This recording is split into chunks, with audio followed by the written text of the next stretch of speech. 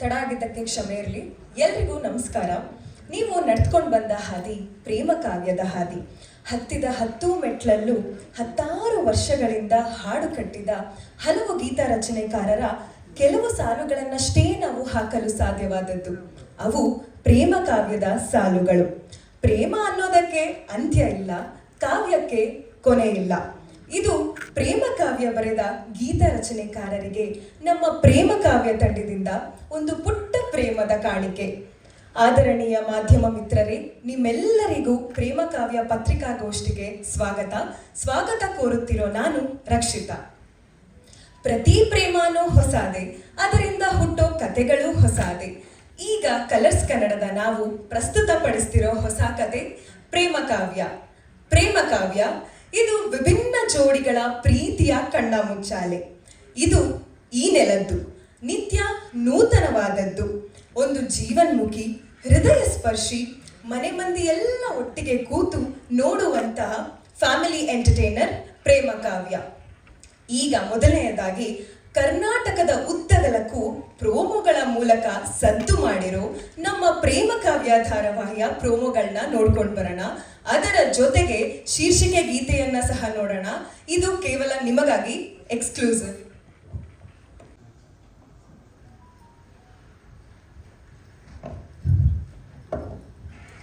ಧನ್ಯವಾದಗಳು. ನೀವು ಈ ಸಭೆಗೆ ಪ್ರವೇಶ ಮಾಡಿದಾಗ 2 ಬೇರೆ ಬೇರೆ ಬಣ್ಣಗಳ ಬೋರ್ಡ್ಗಳನ್ನ ನೋಡ್ಕೊಂಡು ಬಂದ್ರಿ. ಅದು ಪ್ರೇಮ ಕಾವ್ಯ ಪ್ರಪಂಚಕ್ಕೆ ನಿಮಗೆ ಸ್ವಾಗತ ಕೋರುತ್ತಿದ್ದ ಬೋರ್ಡ್ಗಳು. ಬಣ್ಣಗಳನ್ನಷ್ಟೇ ಅಲ್ಲ, ವ್ಯಕ್ತಿತ್ವದಿಂದಲೂ ವಿಭಿನ್ನವಾಗಿರೋ ನಮ್ಮ ಪ್ರೇಮ ಕಾವ್ಯ ಧಾರಾವಾಹಿಯ ನಾಯಕಿಯರನ್ನ ಬರಮಾಡ್ಕೊಳ್ಳೋಣ. ಪ್ರೇಮ ಮತ್ತು ಕಾವ್ಯ ಅವರು ವೇದಿಕೆ ಮೇಲೆ ಬರಬೇಕು ಅಂತ ಕೇಳ್ಕೊತೀನಿ. ಮತ್ತೆ ಡಾಕ್ಟರ್ ರಾಮ್ ಕೂಡ ವೇದಿಕೆ ಮೇಲೆ ಬರಬೇಕು ಅಂತ ಕೇಳ್ಕೊತೀನಿ. ಪ್ರೇಮ ಕಾವ್ಯದ ಸೂತ್ರಧಾರರಾದ ನಿರ್ದೇಶಕ, ನಿರ್ಮಾಪಕ ರವೀನ್ ಕುಮಾರ್ ಅವರು ವೇದಿಕೆ ಮೇಲೆ ಬರ್ಬೇಕಂತ ಕೇಳ್ಕೊತೀವಿ.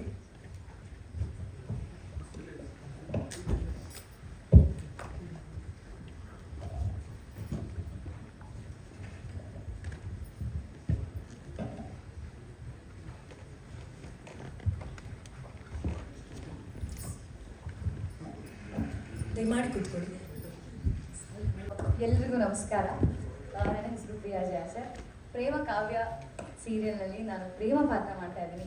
ಪ್ರೇಮ ಪಾತ್ರ ಹೇಳ್ಬೇಕಂತಂದ್ರೆ ಆಡಿಯೋ ಸ್ವಲ್ಪ ಜಾಸ್ತಿ ಆಡಿಯೋ. ಹಲೋ.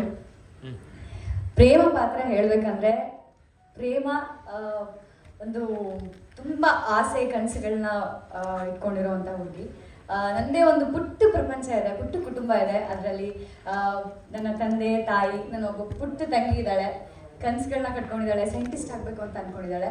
ನಾನು ಓದಿದ್ದೀನಿ, ತುಂಬ ಜಾಣಿ ಅಂತ ಹೋದಾಗಿ ಮುಂದೆ ಓದೋಕ್ಕೆ ಹೋಗಲಿಲ್ಲ, ಅಲ್ಲೇ ನಿಲ್ಲಿಸ್ಬಿಟ್ಟಿದ್ದೀನಿ. ಮನೆ ಕೆಲಸ ಎಲ್ಲ ಮಾಡೋದಂದ್ರೆ ಇಷ್ಟ, ಅಮ್ಮಗೆ ಸಹಾಯ ಮಾಡೋದಿಷ್ಟ, ತೋಟದ ಕೆಲಸ ಮಾಡೋದಿಷ್ಟ, ಮನೆ ಕೆಲಸ ಏನೇ ಇದ್ರೂ ಸಂಭಾಳಿಸ್ಕೊಂಡು ಹೋಗೋದಿಷ್ಟ. ಅಲ್ಲೂ ಒಂದು ಚಿಕ್ಕ ಕನಸನ್ನ ಹೊತ್ಕೊಂಡಿದ್ದೀನಿ.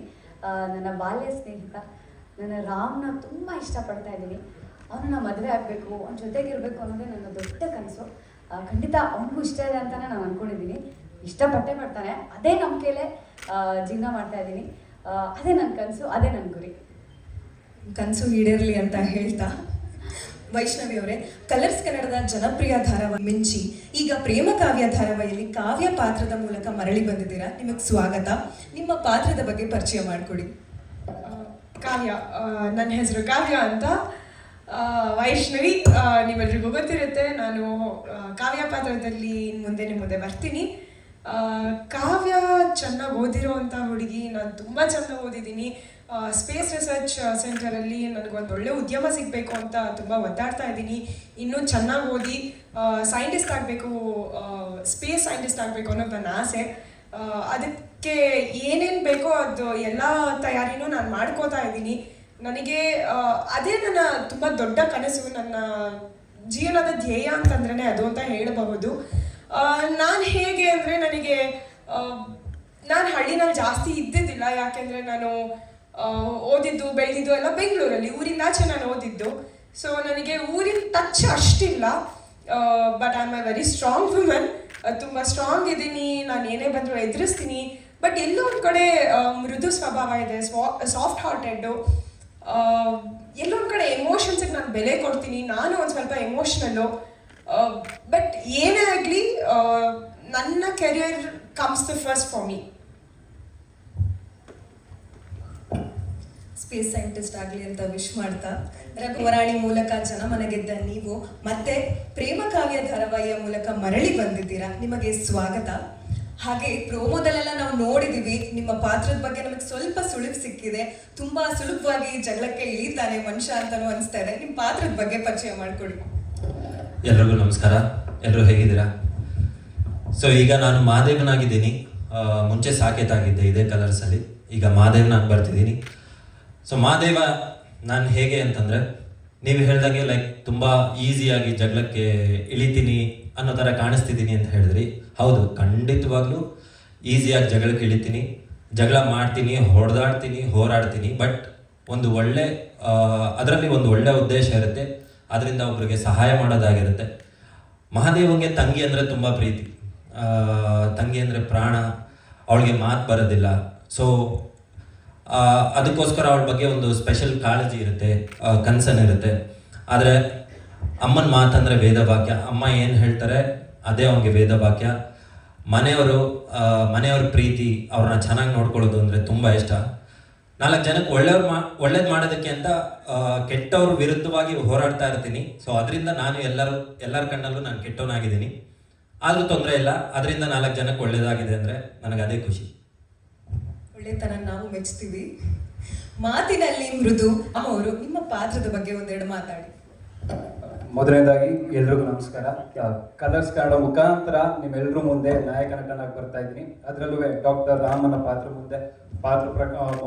ಪ್ರಕಾರ ನಿಮ್ಮ ಮುಂದೆ ಬರ್ತಾ ಇದ್ದೀನಿ. ತುಂಬಾ ಖುಷಿ ಇದೆ. ಫಸ್ಟ್ ಟೈಮ್ ಒಂದು ಹೀರೋ ಆಗಿ ಮಾಡ್ತಿರೋದು ಒಂದು ಸೀರಿಯಲ್ಲಿ. ನನ್ನ ಪಾತ್ರದ ಬಗ್ಗೆ ಹೇಳಬೇಕು ಅಂದ್ರೆ, ಜಾಸ್ತಿ ಇಂಟ್ರೋವರ್ಟ್, ಜಾಸ್ತಿ ಮಾತಾಡಲ್ಲ ಯಾರ ಜೊತೆ, ತಾಳ್ಮೆ ಅಂತ ಇರೋ ವ್ಯಕ್ತಿ. ಜೊತೆಗೆ ತುಂಬ ಕುಟುಂಬದಲ್ಲೇ ಬೆಳೆದಿರುವಂಥದ್ದು. ನಮ್ಮ ಅಣ್ಣ ಮಹದೇವ್ ಸಂಬಂಧದಲ್ಲಿ ದೊಡ್ಡಮ್ಮನ ಮಗ. ಆದ್ರೆ ನಾವಿಬ್ರು ಸ್ವಂತ ಅಣ್ಣ ತಮ್ಮಗಿಂತ ಹೆಚ್ಚಾಗಿರ್ತೀವಿ. ಪ್ರತಿಯೊಂದು ಕಷ್ಟ ಸುಖದಲ್ಲೂ ಇರ್ತೀವಿ.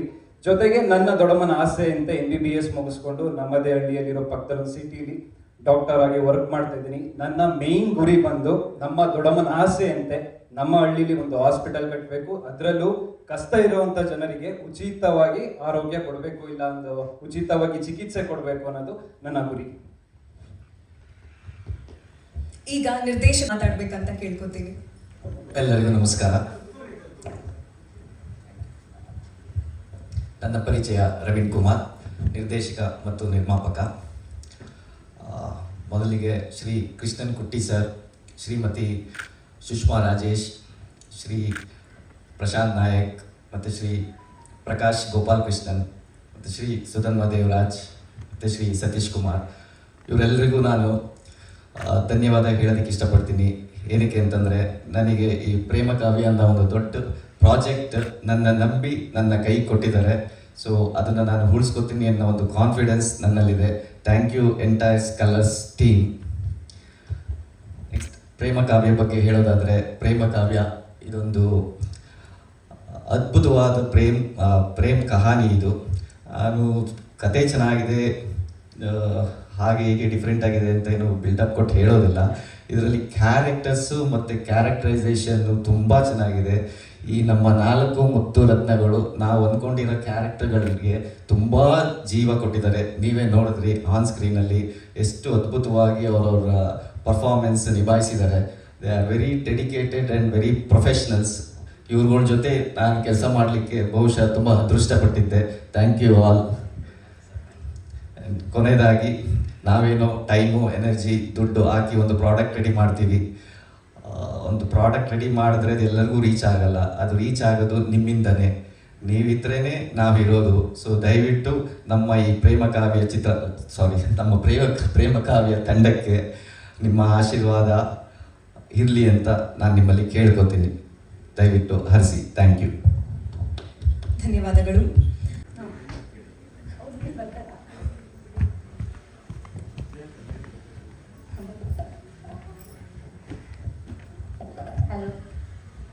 ಹಲೋ. ನನ್ನ ಹೆಸರು ಪ್ರಿಯಾಂಕಾ, ನ್ಯೂಸ್ ಫಸ್ಟ್ ಇಂದ. ಪ್ರಶ್ನೆ ಇನ್ನೊಂದ್ಸರಿ ಕೇಳಿ. ಪ್ರಶ್ನೆ, ಮದುವೆ ಅನ್ನೋದು ನಾವೇ ನಿರ್ಧಾರ ಮಾಡೋದಾ ಅಥವಾ ದೇವರೇ ಸ್ವರ್ಗದಲ್ಲಿ ನಿಶ್ಚಯ ಮಾಡಿ ಕಳಿಸಿದ್ದಾನ? ಖಂಡಿತ ಈ ಪ್ರಶ್ನೆ ರಾಂಗ್ ಪರ್ಸನ್ ಕೇಳಿದ್ದೀರಾ ಅನ್ಸುತ್ತೆ ನೀವು, ನಾನಿನ್ನೂ ಮದುವೆ ಆಗಿಲ್ಲ. ಅಲ್ಲ, ಅದೊಂದು ಅಭಿಪ್ರಾಯ ಹೇಳಿಲ್ವಾ? ಈ ಪ್ರಶ್ನೆಗೆ ಉತ್ತರ ಕೊಡೋದಂದ್ರೆ ಒಂದು ತಮಾಷೆ ವಿಚಾರ ಇದೆ. ಅಂದ್ರೆ ದೇವರು ಮೇಲೆ ಸ್ವರ್ಗದಲ್ಲಿ ನಿಶ್ಚಯ ಮಾಡಿಬಿಟ್ಟು ಕಲ್ಯಾಣ ಮಂಟಪ ನಾವು ಇಲ್ಲಿ ಬುಕ್ ಮಾಡ್ಕೋತೀವ ಅಂತ ಒಂದು ಕ್ವೆಶನ್ ಇದೆಲ್ಲ, ಆ ಥರ. ನನ್ನ ಪ್ರಕಾರ ದೇವ್ರ ಅಲ್ಲಿ ಲಿಂಕ್ ಮಾಡಿದ್ರೇನೆ ನಾವು ಇಲ್ಲಿ ಸಿಂಕ್ ಆಗ್ತೀವಿ ಅನ್ನೋದು ನನ್ನ ಒಂದು ಉತ್ತರ. ಯಾಕಂದ್ರೆ ನಾನು ಡೆಸ್ಟಿನಿನ ನಂಬ್ತೀನಿ. ಸೊ ಆ ಪ್ರೀತಿ ಸಂಗಾತಿ ನಡುವೆ ಆ ಪ್ರೀತಿ ಅರಳಬೇಕು ಅಂತಂದ್ರೆ ಸಾಂಗತ್ಯದ ಸವಿ ಬೇಕಂತೆ. ಸೊ ಹಾಗಾಗಿ ದೇವರು ಖಂಡಿತ ಸ್ವರ್ಗದಲ್ಲೇ ನಿಶ್ಚಯ ಮಾಡಿರೋ ಜೋಡಿ ಇಲ್ಲಿ ಜೋಡಿ ಆಗ್ತಾರೆ ಅನ್ನೋದನ್ನ ನಾನು ನಂಬ್ತೀನಿ. ಹಾಗೆ ಶ್ರೀರಾಮ್ ಮತ್ತೆ ಪ್ರೇಮ ಏನು ಈ ಜೋಡಿ ಇದೆಯಲ್ಲ, ಇದೇ ತರ ನನ್ನ ಮನೆಯಲ್ಲಿ ನನ್ನ ರಿಲೇಟಿವ್ದು ನಡೆದಿದೆ ಆಕ್ಚುಲಿ. ಬೈಲೊಂಗಿಲ್ ಹತ್ರ ಬೆಳವಾಡಿ ಅಂತ. ಸೊ ಅಲ್ಲಿ ಇರೋದು ನನ್ನ ಅಂಕಲ್ ಆ್ಯಂಡ್ ಆಂಟಿ ಬಂದು ಶಾಲೆ ಹತ್ರಕ್ಕೂ ಸುಳ್ದಿಲ್ಲ. ಆದ್ರೆ ಅಂಕಲ್ ಡಾಕ್ಟ್ರು. ಇದು 40 ವರ್ಷದ ಹಿಂದೆ ಆಗಿರೋ ಮದುವೆ ಇದು. ಖಂಡಿತ ನಂಗೆ ಇದು ಪ್ರೋಮೋ ನೋಡ್ತಿರ್ಬೇಕಾದ್ರೆ ನೆನಪು ಬಂತು. ಸೊ ಖಂಡಿತ ನನ್ನ ಪ್ರಕಾರ ಸ್ವರ್ಗದಲ್ಲೇ ನಿಶ್ಚಯ ಆಗಿರುತ್ತೆ ಮದುವೆ. Thank you. ನಿಮ್ಮ ಉತ್ತರ ನಿಜವಾಗ್ಲೂ ತುಂಬಾ ಚೆನ್ನಾಗಿತ್ತು, ತುಂಬಾ ಅದ್ಭುತವಾಗಿ ಹೇಳಿದ್ರಿ. Thank you Priyanka. ಕಾವ್ಯ, ನನ್ನ ಪ್ರಶ್ನೆ ಬಂದು ನಮ್ಮ ಮಾಧ್ಯಮ ಮಿತ್ರೆ ಅಲ್ಲೇ ಕೂತಿದ್ದಾರೆ, ಬರಬೇಕಾಗಿ ವಿನಂತಿ. ಬನ್ನಿ, ಬಂದ್ರೆ ಹೇಳ್ತೀನಿ. ತಸ್ಮಿಯಾ ಅವರೇ, ವೇದಿಕೆಗೆ ಸ್ವಾಗತ. ಹಾಯ್, ನನ್ನ ಹೆಸರು ತಸ್ಮಿಯಾ ಬೇಗಂ ಅಂತ, ಫಿಲ್ಮಿ ಬೀಟ್ ಕನ್ನಡ ಚಾನಲಿಂದ.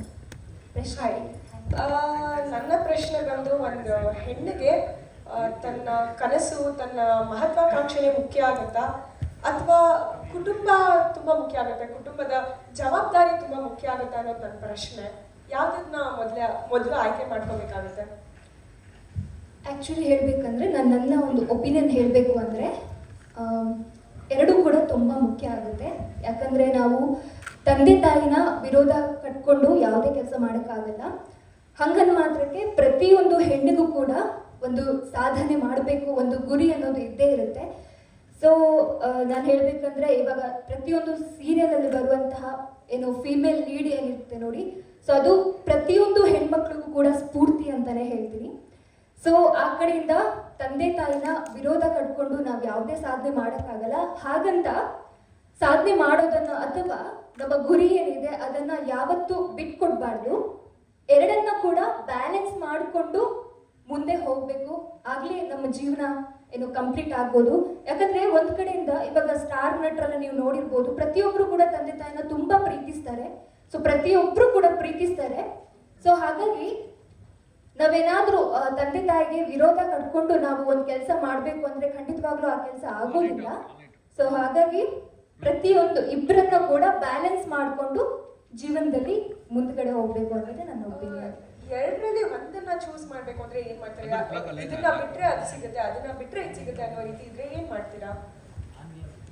ಖಂಡಿತವಾಗ್ಲೂ ತಂದೆ ತಾಯಿನ ನಮ್ಮ ಏನು ಫ್ಯಾಮಿಲಿ ಜವಾಬ್ದಾರಿನೇ ಒಪ್ಕೋತೀನಿ. ಬಿಕಾಸ್ ಏನಕ್ಕಂದ್ರೆ ನಮ್ಮ ಕನಸನ್ನ ಅವ್ರು ಖಂಡಿತವಾಗ್ಲೂ ಸಪೋರ್ಟ್ ಮಾಡ್ತಾರೆ ಅನ್ನೋ ನಂಬಿಕೆ ನಂದು.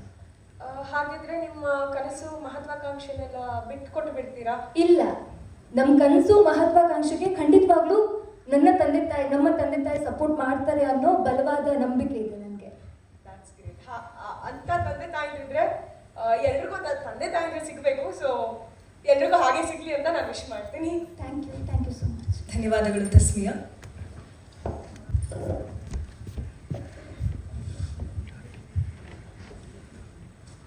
ಎಲ್ಲರಿಗೂ ನಮಸ್ಕಾರ. ನನ್ನ ಹೆಸರು ಕುಮಾರ್ ಅಂತ.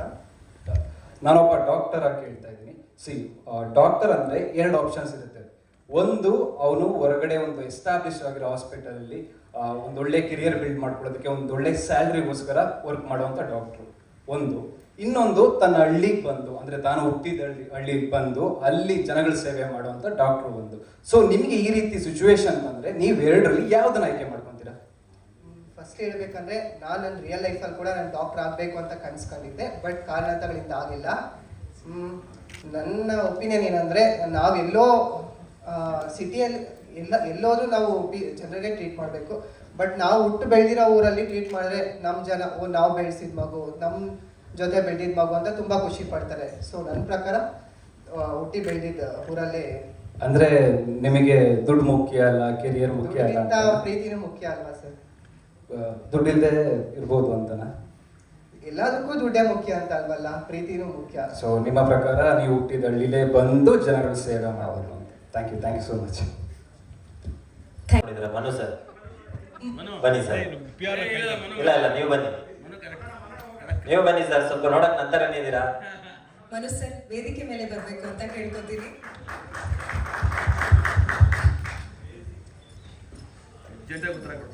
ಸರ್ ಈಗ ನಾವೊಂದು 4 ಜನಕ್ಕೆ ಒಳ್ಳೇದ್ ಮಾಡ್ತಾ ಇರ್ತೀವಿ, ಒಂದು 4 ಜನಕ್ಕೆ ಒಳ್ಳೇದ್ ಮಾಡ್ತಿರ್ತೀವಿ.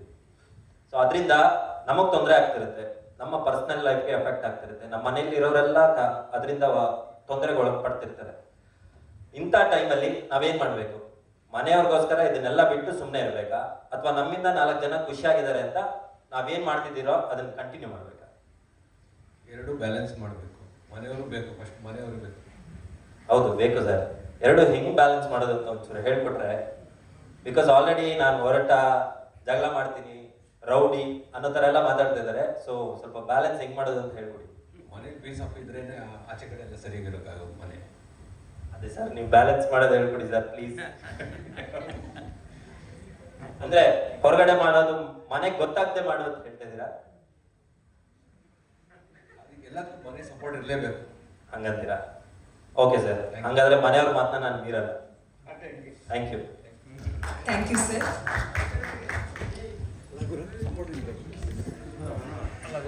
ನಿಮಗೆಲ್ಲ ಉತ್ತರ ಸಿಕ್ಕಿದೆ ಅಂತ ಭಾವಿಸ್ತಾ ಈಗ ಕಾರ್ಯಕ್ರಮದ ಕೊನೆಯ ಹಂತಕ್ಕೆ ಬಂದಿದ್ದೀವಿ. ದಯಮಾಡಿ ಮಾಧ್ಯಮ ಡೈರೆಕ್ಟರ್ಗೆ ಮೊದಲು ಇನ್ನೊಂದು ವಿಷಯ ಏನಂತಂದ್ರೆ, ಡೈರೆಕ್ಟರ್ ಮೊದಲೇ ಸೂಪರ್ ಅಂತ ಅವರೇ ಹೇಳ್ಕೊಂಡ್ಬಿಟ್ರು. ಅದನ್ನ ಪ್ರೇಕ್ಷಕ ಹೇಳ್ಬೇಕು. ನಿಮ್ದು ನೀವೇ ತಟ್ಕೊಂಡಿದ್ದೀರ, ಇದು ಒಳ್ಳೆ ಗುಣನೇ. ಅದು ಪ್ರತಿಯೊಬ್ಬರಿಗೂ ಅವರವರ ಕ್ರಿಯಾಶೀಲತೆ ಮೇಲೆ ದೊಡ್ಡ ಭರವಸೆಗಳು ಇರುತ್ತೆ. ಆದರೆ ಪ್ರೇಕ್ಷಕ ಅದನ್ನ ನಿರ್ಧರಿಸ್ಬೇಕು.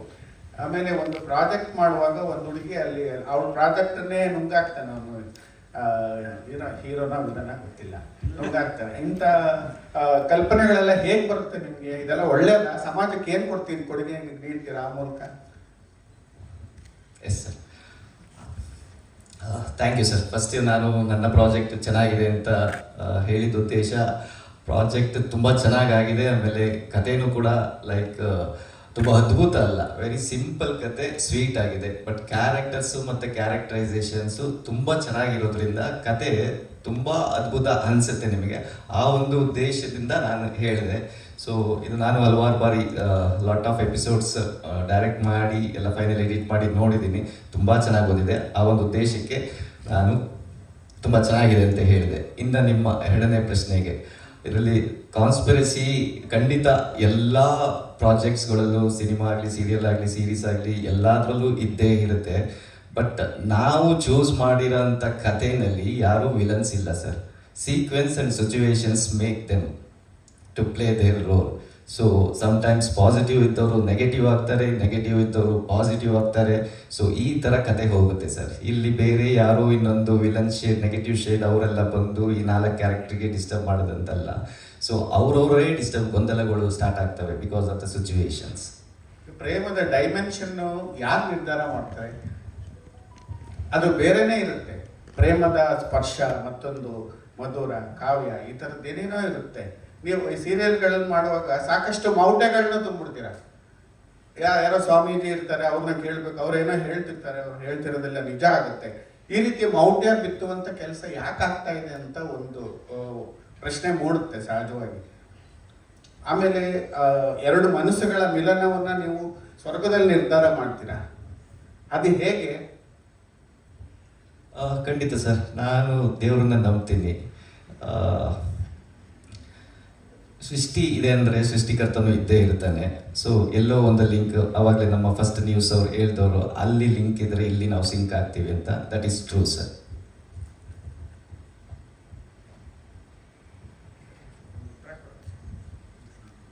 ಧನ್ಯವಾದಗಳು. ಮುಂದಿನ ಪ್ರಶ್ನೆ ಸರ್, ಇದು ತಮಿಳಿನ ರೀಮೇಕ್ ಸೀರಿಯಲ್ ಅನ್ನೋದು ಕೇಳ್ಪಟ್ವಿ.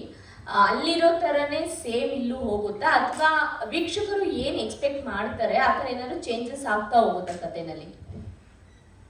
ಮೇಡಮ್ ಇದು ರೀಮೇಕ್ ಅಲ್ಲ, ಇದು ನಮ್ಮ ಕಲರ್ಸ್ ಕನ್ನಡ ನೆಟ್ವರ್ಕ್ ಚಾನೆಲ್ದು ಒಂದು ಕಥೆ ಇದು. ಆ ಕಥೆನ ತಗೊಂಡು ಆ ಸೋಲ್ನ ನಾವು ಅರ್ಥ ಮಾಡಿಕೊಂಡು ಬೇರೆ ಬೇರೆ ಎಲಿಮೆಂಟ್ಸ್ ಮತ್ತು ಎಲಿವೇಶನ್ಸ್ ತುಂಬ್ತಾ ಹೋಗ್ತಾ ಇದ್ದೀವಿ. ಬಹುಶಃ ಯಾರೋ ಲೈಕ್ ಇಟ್ಸ್ ಎ ರೀಮೇಕ್ ಅಂತ ಹೇಳಿರ್ಬೋದೇನೋ, ಬಟ್ ಇದು ಸಿಂಧು ಭೈರವಿ ಸೀರಿಯಲ್ ಮತ್ತೆ ಇದಕ್ಕೂ ಲಿಂಕ್ ಇಲ್ವಾ? ಇಲ್ಲ ಮೇಡಮ್, ಅದಕ್ಕೂ ಇದಕ್ಕೂ ಯಾವುದೇ ಥರದ ಲಿಂಕ್ ಇಲ್ಲ.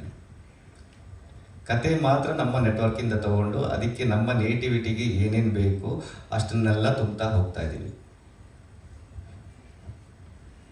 Thank you. ನನ್ನ ಪ್ರಶ್ನೆ ರಾಘು ಸರ್ಗೆ.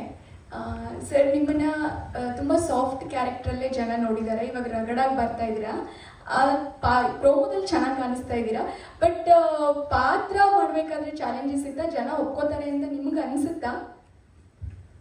ಪಾತ್ರ ಮಾಡಬೇಕಾದ್ರೆ ಚಾಲೆಂಜಸ್ ಅಂತೂ ಇರಲಿಲ್ಲ ಮೇಡಮ್. ಬಿಕಾಸ್ ನಾನೊಬ್ಬ ಆರ್ಟಿಸ್ಟ್ ಆಗಿರೋದ್ರಿಂದ ನನಗೆ ಯಾವುದೇ ಪಾತ್ರ ಸಿಕ್ಕಿದ್ರು ನಾನು ಅದನ್ನು ಈಸಿಯಾಗಿ ನಿಭಾಯಿಸ್ಕೊಂಡು ಹೋಗಬೇಕಾಗಿರೋದು ನನ್ನ ಕರ್ತವ್ಯ. ಸೊ ಅದನ್ನು ನಾನು ನಿಭಾಯಿಸ್ತಾ ಇದ್ದೀನಿ ಅಂತ ನಾನು ಅನ್ಕೋತೀನಿ. ಆ್ಯಂಡ್ ಇನ್ನೊಂದು ಪ್ರಶ್ನೆ ನೀವು ಕೇಳಿದ್ರಿ, ಸೊ ಜನ ಆಕ್ಸೆಪ್ಟ್ ಮಾಡ್ತಾರಾ ಅನ್ನೋ ಭಯ ಇದೆಯಾ ಏನು ಅಂತ. ಖಂಡಿತವಾಗ್ಲೂ ಆ ಭಯ ಇದೆ. ಬಿಕಾಸ್ ಜನ ನನ್ನ ಸಾಕೇತಾಗಿ 4.5 ವರ್ಷ ನೋಡಿದ್ದಾರೆ.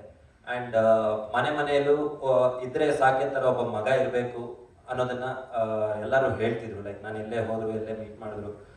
ಸೊ ಅದೊಂದು ಭಯ ಇದೆ. ಬಟ್ ಸ್ಟಿಲ್ ಮಹಾದೇವ ಏನು ಅವನು ರಗಡ್ಡು ಹೊರಟ ಅಷ್ಟೇ ಬಿಟ್ರೆ ಅವನ ಮನಸ್ಸು ತುಂಬಾ ಒಳ್ಳೇದು. ಅವನು ಏನೇ ಮಾಡಿದ್ರು ಒಳ್ಳೇದಕ್ಕೋಸ್ಕರನೇ ಮಾಡ್ತಾನೆ. ಆದ್ರೆ ಅವನು ಮಾಡ್ತಿರೋ ರೀತಿ ಸ್ವಲ್ಪ ಹೊರಟಾದ ರೀತಿ ಅಷ್ಟೇ.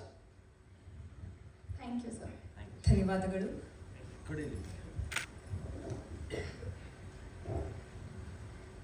ಸರ್, ಈಗ ಧಾರಾವಾಹಿನಲ್ಲಿ ಈಗ ಈ 4 ಪಾತ್ರಗಳು ಬಿಟ್ಟು ಬೇರೆ ಯಾವ್ದಾವ್ದು ಮುಖ್ಯ ಪಾತ್ರಗಳಿದೆ? ಯಾವ್ಯಾವ ಕ್ಯಾರೆಕ್ಟರ್ ಬರುತ್ತೆ?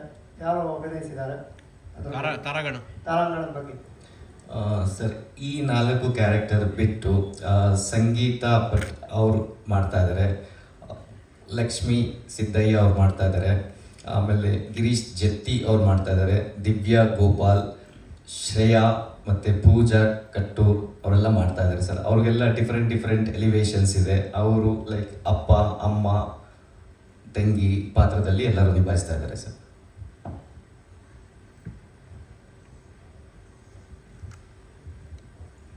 ಧನ್ಯವಾದಗಳು. ಇನ್ಯಾರಿಗಾದ್ರೂ ಪ್ರಶ್ನೆ ಇದ್ದರೆ ಕೇಳಬಹುದು.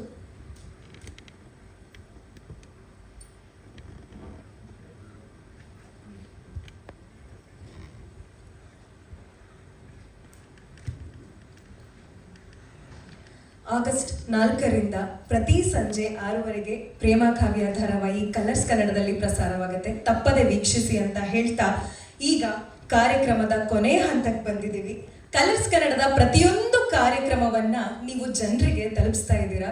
ಇಷ್ಟು ಹೊತ್ತು ನಮ್ಮ ಜೊತೆಗಿದ್ದ ನಿಮಗೆಲ್ಲ ಹೃದಯಪೂರ್ವಕ ಧನ್ಯವಾದಗಳು ಅಂತ ಹೇಳ್ತಾ ತುಂಬಾ ಧನ್ಯವಾದಗಳು. Thank you.